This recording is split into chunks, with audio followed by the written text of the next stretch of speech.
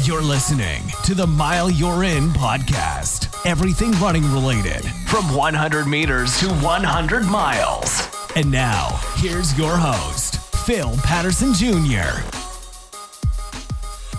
What's going on, everybody? Welcome back to another episode of the Mile You're In podcast. Before we get into the topic, I just want to take a second to thank Becky from Miami and Francine from Pembroke Pines, who continue to support and show love through Patreon. If you're interested in supporting this hobby, this passion, the link will be in the show notes. You don't have to, but it's definitely appreciated. So look, I understand we mean well when we offer what is considered tough love, but you have to consider who you do that with. Yes, sometimes we need to be a little tough when someone is struggling, as it can be the extra push they need to keep going and not quit. But if you don't know the person, their battle, their history, what they're dealing with at that moment, you can just end up providing what I consider to be negative encouragement, which actually has the opposite effect of what you intended. So many times I've witnessed this during shorter races like 5Ks, 10Ks, half and full marathons. I honestly can't say I've witnessed it during any ultra marathon, but it's possible that it's happened. If you don't know the person or haven't at least asked them if they're okay, then you should really think before you speak. I'll never forget coming up to a woman that was struggling to finish the A1A marathon a few years ago. There were about 2 or 3 miles left. I personally was on pace to PR, but started cramping, so I was walking whenever my calves would lock up. She may have been going through the same thing or something else. Either way, we were doing what we had to do to make it to the finish. Along comes some douche who probably meant well, but just started blurting out, "No walking, let's go, come on, keep running." I really wanted to tell him to shut up, and not that politely, but I ignored him and stuck to my plan, but could tell that his words were really starting to get to her. She quickly tried running again, but let out a painful sigh and started walking after a couple seconds, in which he noticed and continued to blurt out those inconsiderate things despite her obvious discomfort. I looked at her and said, "Look, you can walk if you have to.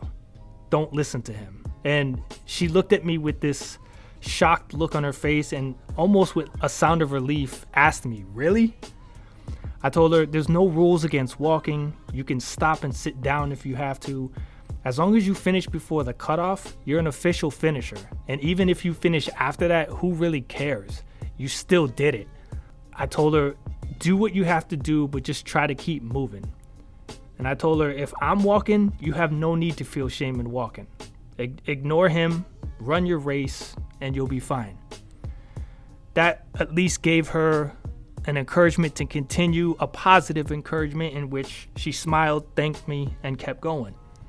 What I'm trying to say is consider the person and what they're going through.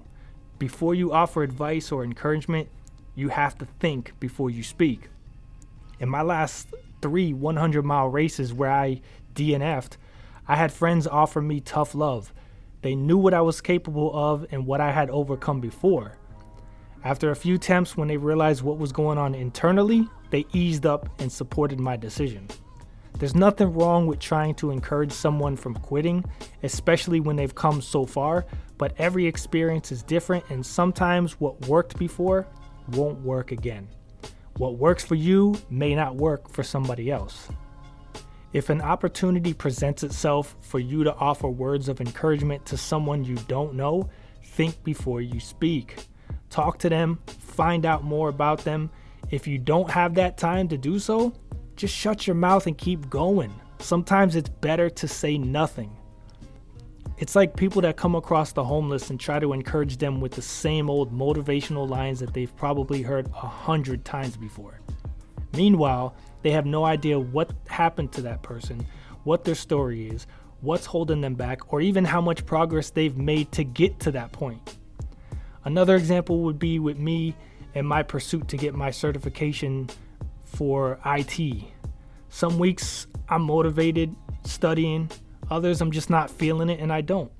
I have people that check in on my progress, and after discussions, since I started this journey, they know my mental up and down roller coaster and pick and choose when to be stern and when to be supportive. Both times they're still encouraging me, but they're being understanding and realistic in their approach. When I think about my previous struggles, being an alcoholic and occasionally struggling with suicidal thoughts, I reflect on the difference in approach that friends and family had towards me. Those that understood would offer helpful and sincere words, while those that didn't would just spit out the typical cliche crap that only made me want to drink more or buried me deeper into my depression. So as I ran the Miami Marathon this past weekend and heard so many men just opening their mouth with nonsense towards struggling runners, especially women, and I mention genders because I can't really recall hearing any woman do this. It just seems to be a man problem. Maybe it's the ego, the masculine pride, feeling stronger. Whatever it is, it just makes us look and sound like a douche. I witness so many clutching their hamstrings, stopping to stretch their cramped calves on the curb, hunched over in the shade trying to cool down, only to have some douche who was having a better race experience say something inconsiderate in an attempt to be encouraging. In those moments, all we can do is just encourage them to keep their head up and be smart. Remind them to do what they can to get to the finish. Hell, I even had to remind myself of this. The competitor in me got frustrated when people would pass me, more annoyed as the miles got slower, and as I inched closer to what was going to be my slowest marathon ever, I had to remind myself that I wasn't truly racing. I was running it as a training run and a fun experience. I have bigger goals for this year. This was a way to work towards that. So as people who knew me tried to encourage me to push more, I had to remember that they didn't know my private game plan for this run. But it was also a reminder of how good intentions can make you sound like a douche if you're not considerate. So I had to block all of that out and refocus and dial it in internally and block out the outside distractions.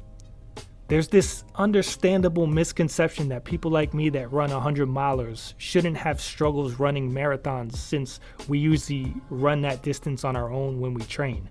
But that's the problem with our way of thinking, because we begin to disrespect the distance with that way of thinking. When you factor in things like weather, terrain, elevation, or just the randomness of our bodies on any given day, you have to consider that some days, some runs will just be harder than others. So I just want to wrap this up by simply reminding us to be considerate of the person you're trying to encourage with whatever it is they're going for or going through. We all have different experiences and journeys. Some days are good, other days are bad. We always mean well when we try to encourage, but without consideration, our words may be more harmful than helpful. What was meant to push them to continue may drive them to actually quit. Sometimes it's better to listen than to speak. Some people just need someone to vent to and not be given unwanted advice. So until the next episode, take these words, take this advice, whether you're a parent, a friend, a teacher, a coworker, a teammate, a loved one, whatever you are to another person in your life and in their life.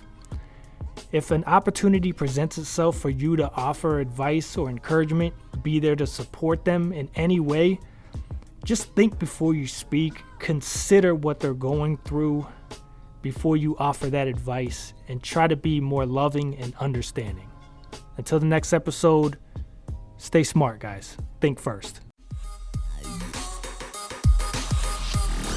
Thanks for listening to the Mile You're In podcast. If you enjoyed it, make sure to like, share, and subscribe. Check out previous episodes and more at heelstriker954.com.